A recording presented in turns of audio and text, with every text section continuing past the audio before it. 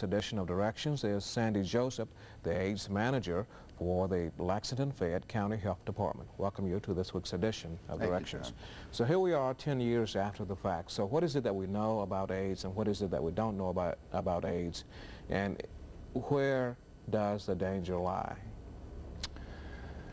Well, what we know about AIDS is a great deal. As you're aware, many millions of dollars have been spent on very basic research.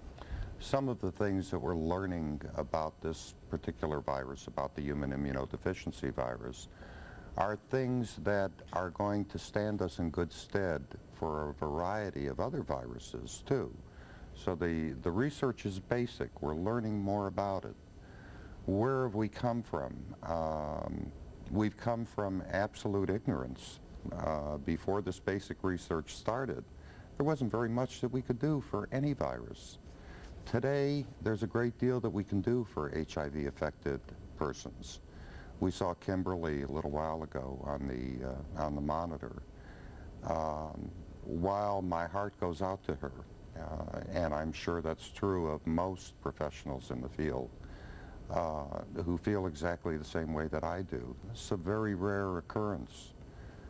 There are very, very few people, if we count the number of visits to dentists, who have ever been infected by dentists. So this is rare, and I think we have to emphasize that fact. But Kimberly has said in the past that her case is indeed rare, but nevertheless she still has the disease, and nevertheless she is still dying from the disease. So that does not diminish the fact. We can't minimize that. Right. That's right. But it seems that some people are now saying that people in the profession, the medical profession, people in the healthcare profession, have almost looked as though, or looked at the fact that Kimberly's story is nothing more than a historical footnote, and that the average person has no risk of contracting AIDS. But does not her case serve as a warning that AIDS is more deadly, more dangerous than we have ever thought that it was? John, let's look at numbers, and I think that might give us some idea of where we are and an answer to your question. We've got 176,000 people in this country who are currently infected with AIDS. They're diagnosed as AIDS patients. Over 100,000 of them have died. There are very few of those people who we did not explore risk behaviors with. The risk behaviors for AIDS infection or HIV infection. I would think that with the thousands and perhaps even hundreds of thousands of dental visits each and every day that dental practices are open, each and every day exposure to medical personnel by many, many hundreds of thousands of people. But all the medical personnel don't have full-blown AIDS as her doctor did, as her dentist did. But there have been many medical personnel who have been infected with HIV. But the question remains, should a person who is infected with HIV be allowed to continue his or her medical practice? Well, that's a complicated question, and it's a very sophisticated question. I'm not sure that I'm the person to answer that question. But if you were Kimberly, but let me tell you what CDC has said. CDC has said that people should voluntarily restrict themselves in their practice. Is that, why would a person who needs to depend on his medical profession or his dental profession for his income or her income want to quit? Well, they may not want to quit. Of course, this particular dentist, to the best of our knowledge, practiced very poor dentistry. That is, his sterilization techniques were poor from what CDC investigations I've read. His techniques were very poor in sterilizing instrumentation. Shouldn't there be a stronger demand? Shouldn't there be a stronger effort made by the CDC and other agencies to literally remove those practitioners who are impacted and infected with AIDS out of any kind of contact with the general public, with their patient load, with their client load? I'm not sure that that's a correct process to follow. We are relatively certain that HIV is not a casually transmitted disease. Let me ask you a question just in Sure. terms of historical record.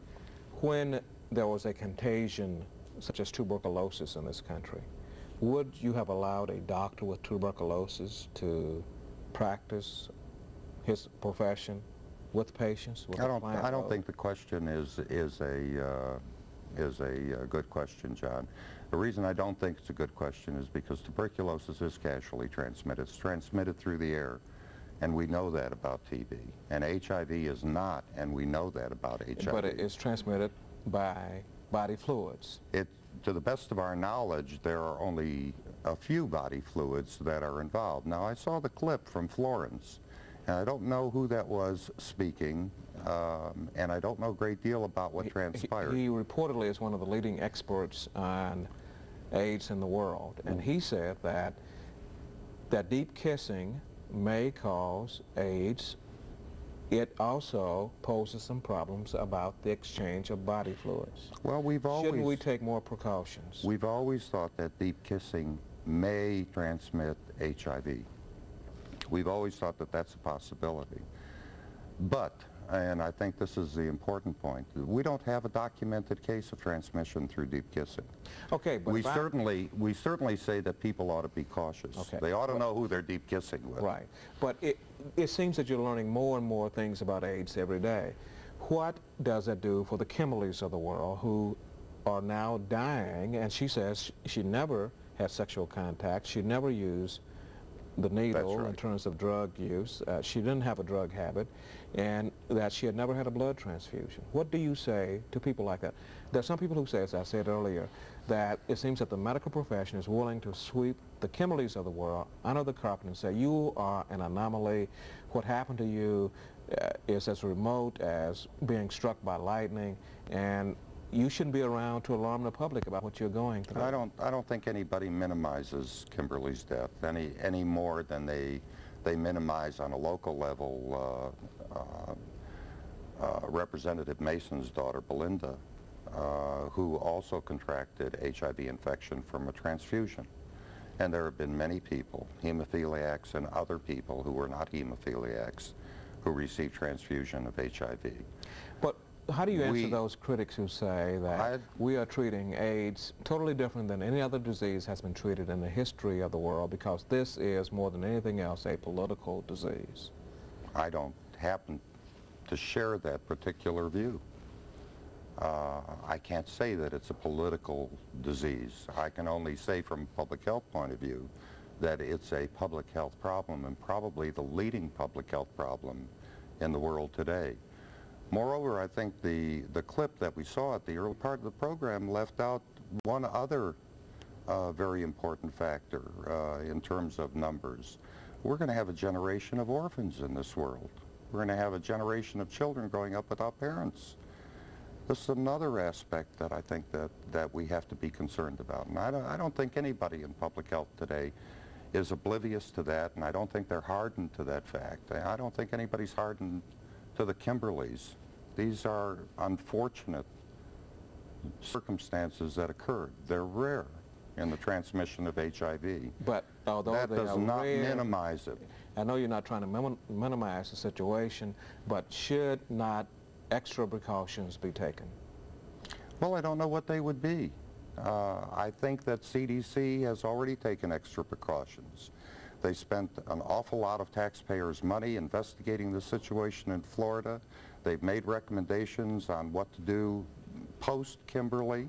But they followed up on other people. In fact, they followed up on all of the dentist patients in terms of offering them testing and notifying them of the dentist's infection and the possibility that they may have had HIV transmitted. I don't know what else they can do. We never believed that that could happen. There may be other things about HIV that will happen in the future that we never believed could happen. But we are not prophets in public health. All we can do is react to things that we find out about. We can't anticipate what may happen. Directions will continue in 60 seconds. Directions continues now to look at the AIDS crisis in America. in Kentucky and also in the world. Our special guest today is Sandy Joseph.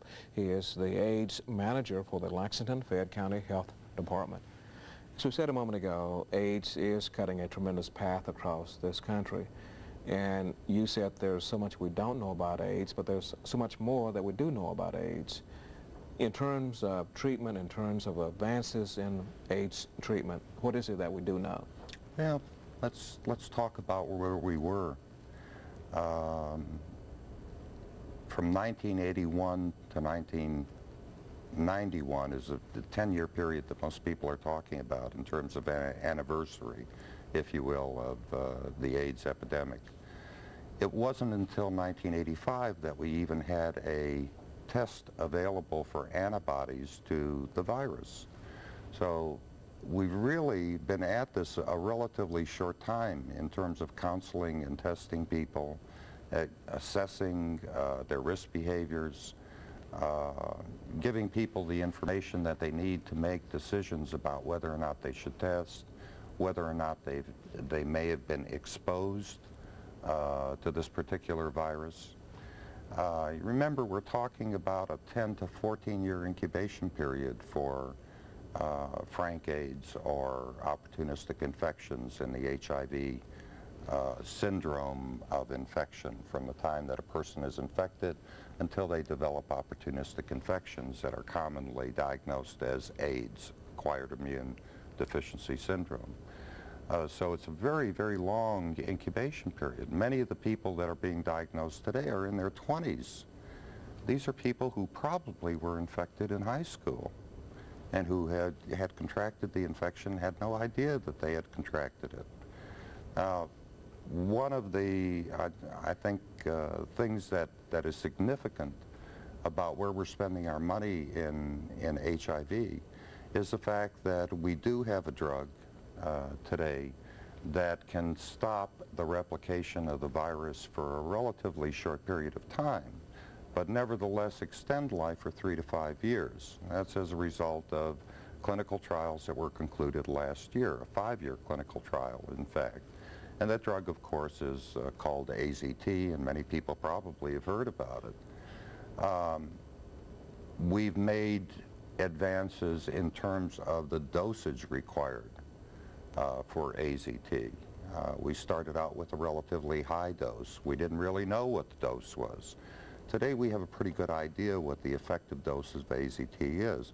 As a result of that knowledge, as a result of some of the clinical trials that have been going on, we can now administer that drug with many fewer adverse effects than the drug had initially when it was first given at high dosages.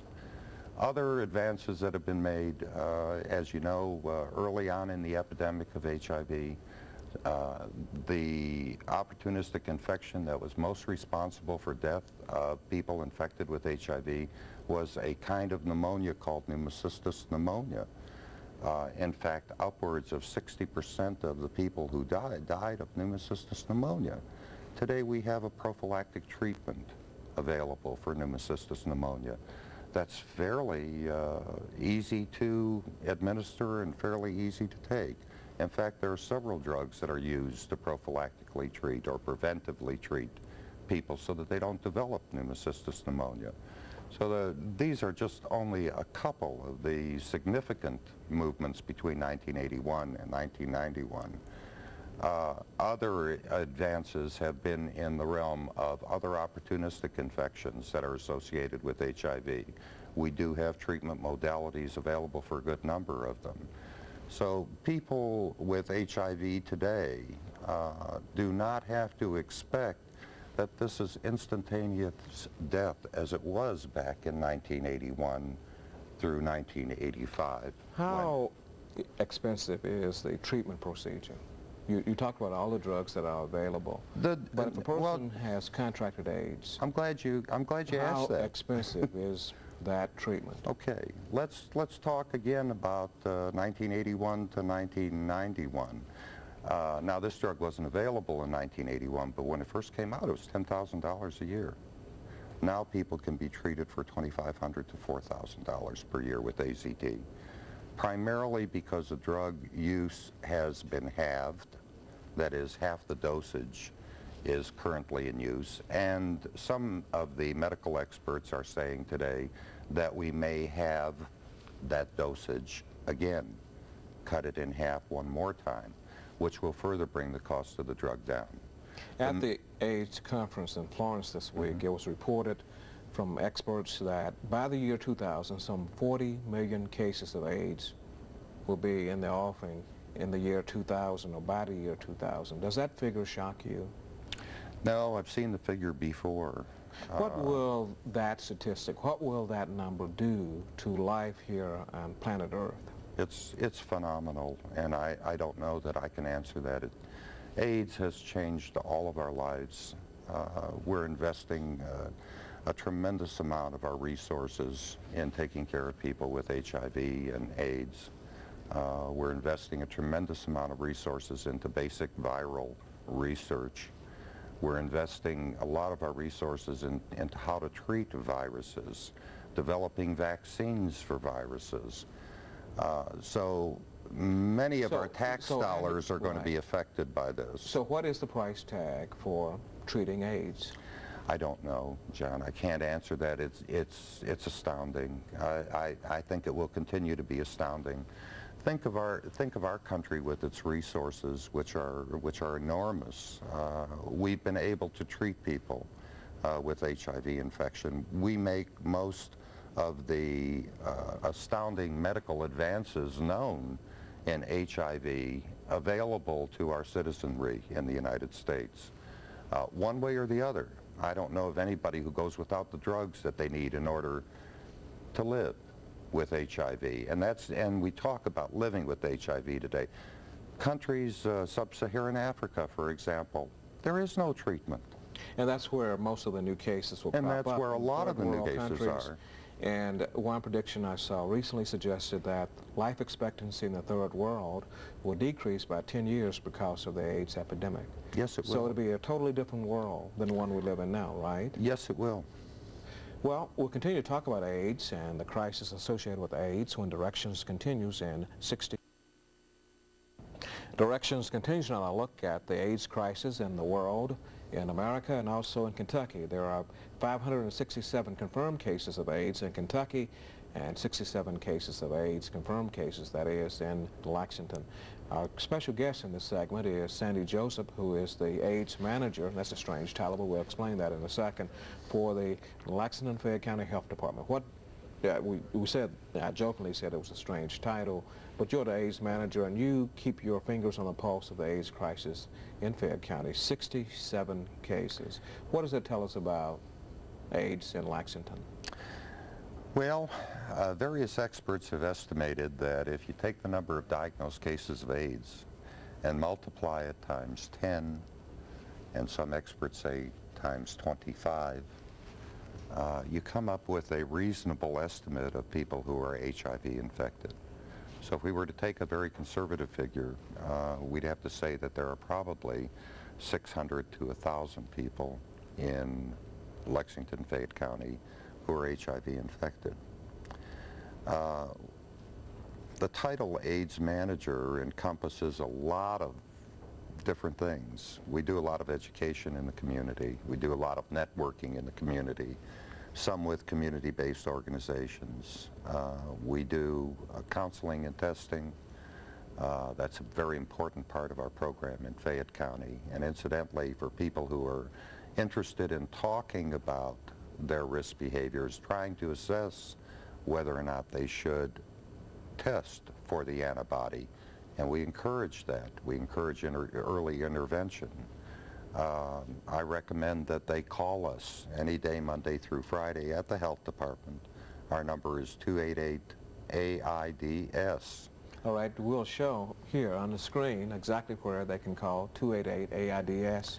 And your office hours or your clinic hours are from 8 a.m. to 4:30 p.m. That's for counseling, AIDS information, or testing in Lexington. That's right. I'm glad we got that message out because very frequently people don't know where to call in order to find out what their risk behaviors may be. That raises a salient point and a salient question, that is, have you gotten the word out about AIDS? Are people more receptive? And we have about 30 seconds left in this broadcast. I think people are more receptive, but I don't think we've finally gotten the word out. We have a lot more work to do in the community about telling people about the risks of HIV, encouraging them to reduce their risks, to develop monogamous relationships, and if they can't do that, to use condoms. All right, once again, if you want more information about AIDS, you can just simply call this number that you see on your screen now.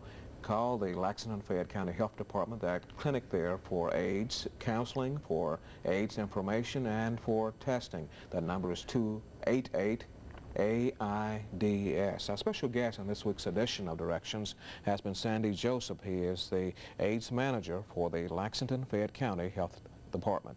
That's our broadcast for this week. We thank you for watching. We hope that you enjoy the rest of your weekend.